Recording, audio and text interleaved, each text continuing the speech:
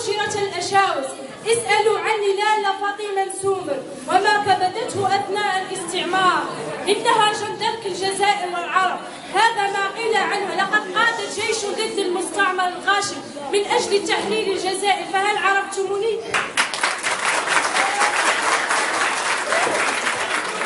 أنا بنت مصطفى بن بلعيد زليلة الأبطال والأحرار. اسألوا عني المنطقة الثانية، فهل عرفتموني؟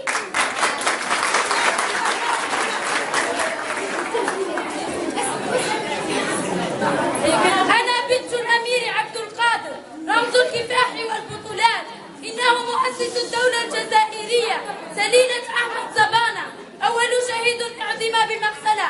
أهل عرفتم إلى أي منطقة أنتمي؟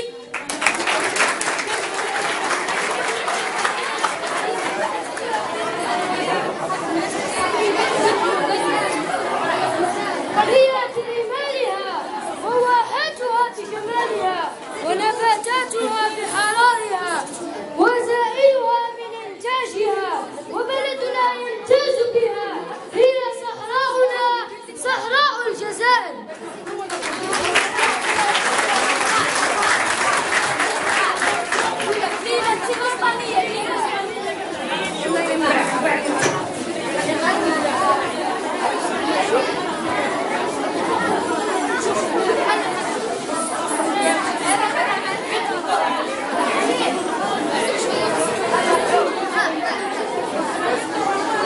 روحوا بلا الموسيقى.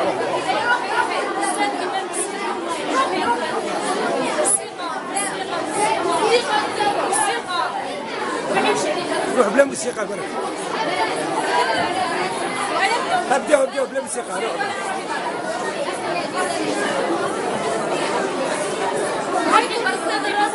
روح بلا موسيقى تبنا. ابداو برك مع بعضكم بلا موسيقى.